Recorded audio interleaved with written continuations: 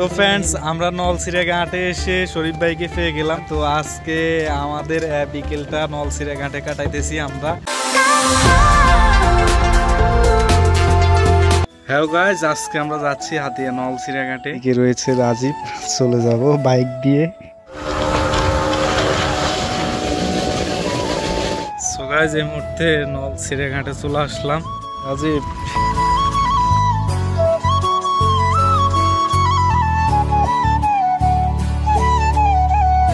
So friends, আমরা নলছিরা ঘাটে এসে শরীফ ভাইকে পেয়ে গেলাম। শরীফ ভাই হচ্ছে হাতিয়ার জনপ্রিয় কন্টেন্ট ক্রিয়েটার, সাথে রাজীব আছে। রাজীব ভাই, হ্যাঁ, তো আজকে আমাদের বিকেলটা নলছিরা ঘাটে কাটাইতেছি আমরা।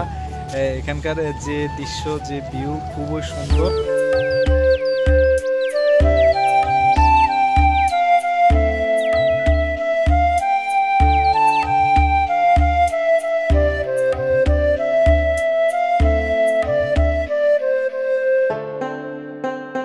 আমাদের রাজীব এখন এটা পার হবে। এটা মূলত ভাঙ্গার কারণে, হ্যাঁ ভাঙ্গা।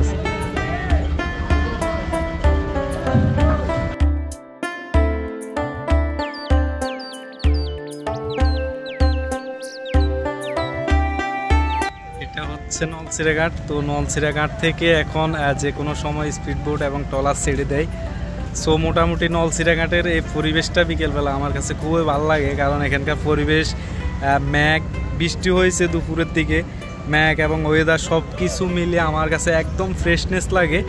তো নলছিরা ঘাটে যদি পর্যটকদের জন্য কিছু একটা ব্যবস্থা করা যায়, তাহলে আমার মনে হয় এখানে প্রতিনিয়ত পর্যটকগণ ঘুরতে আসবে, কারণ এখানকার যে পরিবেশ, যে ওয়েদার, যে ভিউ খুবই সুন্দর, খুবই মনোমুগ্ধ করে।